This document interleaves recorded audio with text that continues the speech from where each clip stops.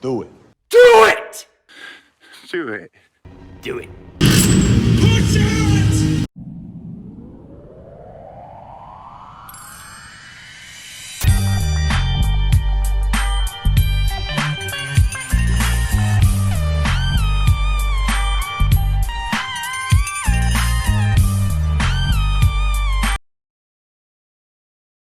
Well, it's finally here. After over a year of resisting the urge and trying to keep my adoration of the beloved Star Wars prequel trilogy pure, and not to mention the endless pestering by you, the viewers, I've finally begun watching Star Wars The Clone Wars series, which George Lucas and Dave Filoni started long ago. And yes, I've been watching them in chronological order, and I have you guys to thank for that. Certainly not Disney Plus. That couldn't be asked to redesign their interface for the series, aside from their shameless advertisement and their stupidity to keep the Clone Wars theatrical completely separate from the rest of the series. Which, in case you didn't watch my recent video, I watched the theatrical release completely by accident, so thank you, Mickey Mouse. But Disney still didn't reassign the Clone Wars episodes chronologically, instead lazily opting to stick a list on the internet that people like you and me have to follow to watch the series in its intended order. And not even alerting the audience on their own streaming service that the episodes aren't in chronological order.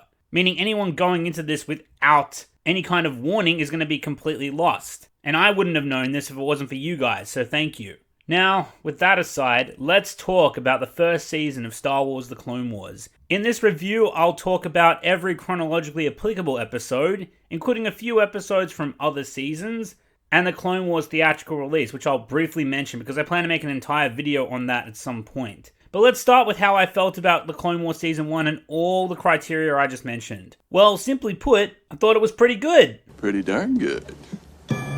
Season 1 consists of 5 or 6 mini-arcs, depending on how you choose to count them, including the Malevolence, Toydarian, Ryloth, Blue Shadow Virus, Neutral Village, and the Count Dooku Captured arcs. Along with these are some entertaining filler episodes mixed with action and humor, including some episodes containing backstory on the clones themselves, providing the audience details about their military training and how they received their identities. I enjoyed all of these arcs thoroughly, though my favorites are probably unsurprising to many of you, was the Malevolence and the Ryloth arcs, because they were the most fleshed out in their structure, pacing, and characters. As a newcomer to the Clone Wars series, I want to discuss a topic that I'm sure will surprise no one: the clones themselves. George Lucas, Dave Filoni, and the creative team did an outstanding job fleshing out what were in the prequels to be simple, expendable, nameless cannon fodder. We learned from the Clone Wars about the nature of their training, how not all clones are the same in terms of their skill and selection, how they aren't mindless soldiers, they do have thoughts and feelings. They can experience compassion, friendship, and humor. And the Jedi, despite being their military superiors, treat the clones with respect, almost as if they were conscripted foot soldiers with meaningful lives and families. Why are you so certain no one is coming? We're just clones, sir.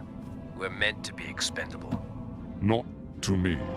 The episodes with the clones might have actually been my favorites, including but not limited to Rookies. Alright, listen up. There's only one target of interest in this sector. Kamino. It's the closest thing we clones have to a home. Today we fight for more than the Republic. Today we fight for all our brothers back home. Understood? Sir, yes, sir! The Hidden Enemy. You couldn't be a greater disappointment. How could you do this to your brothers? Only a Jedi would ask that. It's the Jedi who keep my brothers enslaved. We do your bidding. We serve at your whim. I just wanted something more. And Innocence of Ryloth, the latter of which where members of Obi-Wan's company find a Twi'lek youngling living on her own after her whole village was attacked and the populace are being held captive by the droids. Nara? Nara? Now I'm Waxer. He's Boyle. Nara?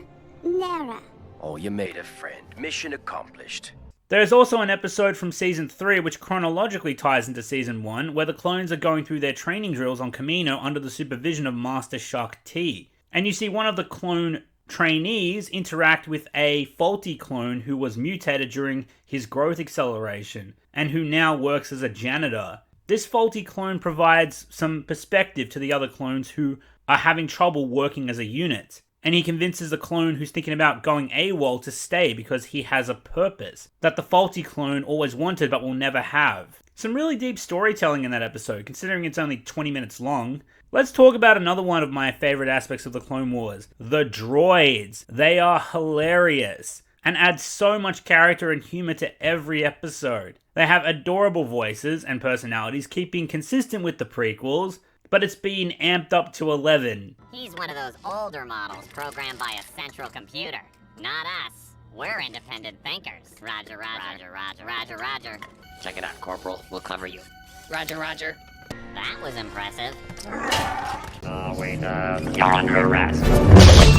The fact that they're expendable and stupid allows a lot of funny slapstick to play out on screen, meaning they always get wrecked in hilarious ways. Either the bad guys lash out at them for their incompetence, or the droids get themselves killed from their own stupidity. It's glorious. Okay, now we're going to tread along some murky ground. Let's talk about the included prequel characters and their consistency with the movies. I wanted to first discuss the relationship between Ahsoka Tano and Anakin Skywalker. This is easily the most endearing aspect of the Clone Wars. In the years leading up to actually watching the series, I'd see or hear people muttering about Anakin Skywalker's Padawan learner, which I thought was ridiculous as an avid fan of the prequels because this Padawan wasn't mentioned anywhere in the mainline films. I found it very hard to take seriously, and while I still think it's somewhat contrived, the character of Ahsoka herself is very likable and very much like a young Anakin Skywalker, which is why they have an excellent master-student dynamic. It was also very refreshing to see Anakin take up a mentor's role to an apprentice and to see Obi-Wan look on fondly, knowing Ahsoka's about to put Anakin through the same hell and stress that Anakin put Obi-Wan through. I'll find Rex and get the troops organized. Don't worry, Anakin. Just teach her everything I taught you and she'll turn out fine. Something makes me think this was your idea from the start. Which one's mine? You're with me. You'll be my gunner. Somebody's gotta watch my back. Broadside could do that. Besides, you have R2. But I so enjoy your company, my Padawan. Just admit it. You don't like my flying. Well, no, it's not that. The chemistry between Anakin and Ahsoka as master and student is excellent, but what's even better is the chemistry between Obi-Wan and Anakin. Subtlety has never been one of your strong points, Anakin. Everything I know, I learned from you, Master. Oh, if only that were true. But how come I'm the one getting caught all the time? It doesn't look good. When you're a Jedi Master, you can make the plan. That's just it. How can I become a Jedi Master if I'm always getting caught? At least you're a master at getting caught. It's very charming and at times hilarious, and it's just awesome getting a window into their story as soldiers on the front lines of a galactic civil war. We got to see the tail end of that during Revenge of the Sith, but there was still a lot to be desired from the Clone Wars itself. Now, while there's a lot of good in the Clone Wars Season 1, it's not without its fair share of criticisms, and here are mine. Firstly, let's talk about R3. This droid makes no sense. While I like episodes 6 and 7, Grievous sends in R3 as a spy and discovers R2 has been separated from Anakin, and he's adamant about extracting the valuable Republic data from R2's memory banks. First of all, how the hell did Grievous smuggle R3 into the Republic fleet? How did he know that R3 would get assigned to Anakin, if at all? And if R3 was behind enemy lines, why didn't Grievous just have R3 extract the data instead of orchestrating a plan to get R2? Also, let's talk about Jar Jar Binks, the mad lad. Jar Jar's antics and some of the comedic action can be a little too over the top and a little too kid-friendly, like in the episode Bomb Bad Jedi,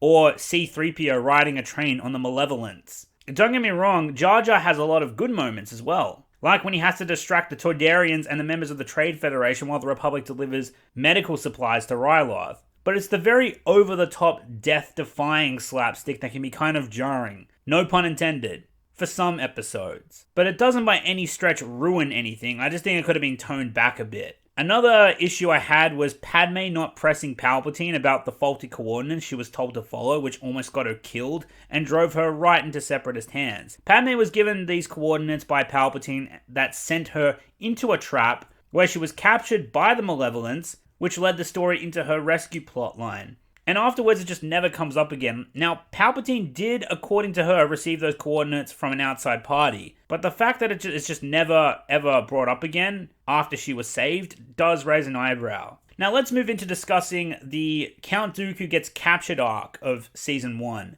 Let's talk about the Force restraints when Dooku and Obi-Wan and Anakin are captured. It's hard to believe you could restrain a Jedi or a Sith with restraints, but I suppose it helps ground the universe knowing such restraints exist. Otherwise, how would you take Force-sensitive prisoners? When Mace Windu was going to quote-unquote arrest Palpatine in Revenge of the Sith, this shows that the Republic has a means to subdue these special, highly trained individuals with this mystical power. Maybe the restraints send a current through the body that inhibits the signal between the Force-sensitive host and the midichlorians, or something like that, and I am pulling that straight out of my ass because I have absolutely no idea how those things work, but we know that they can inhibit Force users. So they are pretty significant, and I hope to see them flushed out in future episodes because we need to know how they work if they're here to stay. And while I love the episode and the banter between Dooku, Anakin, and Obi-Wan while they are captured and trying to escape, this also recontextualizes the moment in Revenge of the Sith where Anakin tells Dooku that his powers have doubled since the last time he met him, which I have no doubt was meant by George Lucas at the time to tie directly in with Attack of the Clones. Not to mention how Palpatine mentions how Dooku cut off Anakin's arm after Dooku was executed by Anakin. Anakin and Obi-Wan encountering Dooku face to face doesn't break continuity, but it does muddle the timeline a bit. Supposedly Anakin's powers had gotten stronger since Attack of the Clones, and then they doubled again since the last time he encountered Dooku, wherever that may have been in the Clone Wars timeline, which I suppose adds more credibility to Anakin's huge increase in power and skill, allowing him to finish off Dooku in Episode 3, which was honestly a shock to me, seeing that in cinemas for the first time. Like, that was a twist.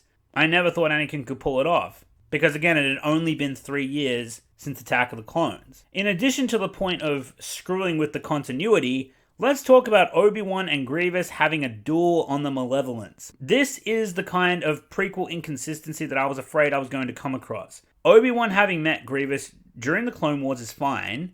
If he meets Anakin, however, that's a big break in continuity. But if Obi-Wan has already fought Grievous in a saber duel, then that kinda undermines this awesome moment from Revenge of the Sith.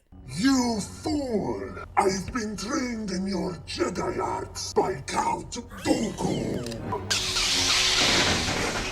Attack, Kenobi! Because Obi-Wan already knows that Grievous had Jedi training prior to his face-off with him in Episode 3. And see, again, it's stuff like this that I was afraid of when people urged me to watch the Clone Wars and what I would see and how it would damage the continuity of the mainline movies. And regrettably, it's not the only time Obi-Wan and Grievous clash after having watched a considerable amount of Season 2, which I'll eventually get to. Admittedly, these issues aren't massive, but they do stick out, and they are the fault of the Clone Wars and not the prequels. Let me make that clear. And despite the Clone Wars having some of these issues and creating some of these continuity problems, the amount of quality that I found within Season 1 alone, as well as the 2007 theatrical release, more than warrants its existence in the Star Wars saga, and I'm glad I conceded to the viewers who wanted me to give it a go. The last thing I wanted to mention about the Clone Wars, which is possibly the best thing and the worst thing about the series so far, is the character of Anakin. Now, I love Anakin so far in the Clone Wars, I do, and I do see why people adore how he's portrayed in the Clone Wars as well. We as an audience certainly get a deeper dive into his character and how he handles a variety of different situations, not to mention a Padawan learner and the stresses of his secret marriage to Padme. The problem I have is that there is already continuity that exists of Anakin as a whiny, socially awkward, and impulsive teenager.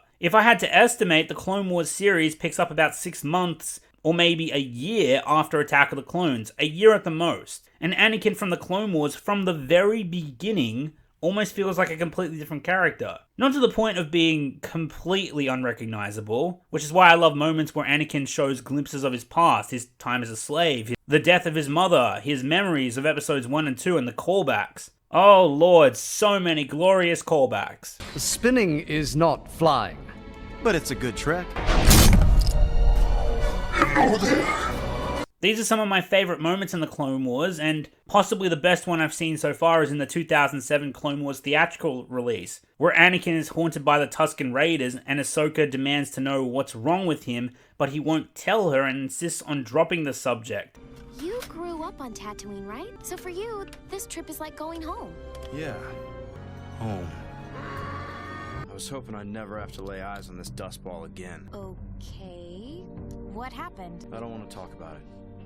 See, that's stuff I love. But you also have Anakin, fresh off Attack of the Clones, behaving like a mature, full-grown man who's a war veteran and who's much more compliant. Still open to breaking the rules, but General Skywalker in Season 1 of The Clone Wars is a far cry from Anakin in Attack of the Clones, despite the timeline not providing much distance for this sudden maturity. Perhaps it's also the voice actor, Matt Lanter, who does an awesome job, by the way, but he was a bit older than Hayden Christensen was when he started voice acting The Clone Wars in 2007. Hayden Christensen was around 19 when he was cast for Attack of the Clones, so perhaps that's why Anakin sounds too mature for my liking, for where the Clone Wars takes place in the timeline and how much time has passed since Attack of the Clones. I really like the character of Anakin in the Clone Wars, but the character has already been established in the movies as being portrayed a certain way, and while I have no problem with him eventually transforming into a seasoned General of the Republic, who is much more mature and wise and patient than the petulant teen from Attack of the Clones,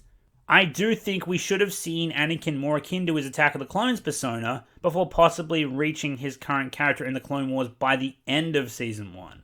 Perhaps learning to adjust to Ahsoka could have been the catalyst for him adopting a more mature role model persona for her to look up to. I'd be much more forgiving for this dramatic character shift if the Clone Wars took place over like 7 years, but it only takes place during 3. So Attack of the Clones was still quite recent to the start of the Clone Wars Season 1, and therein lies my issue.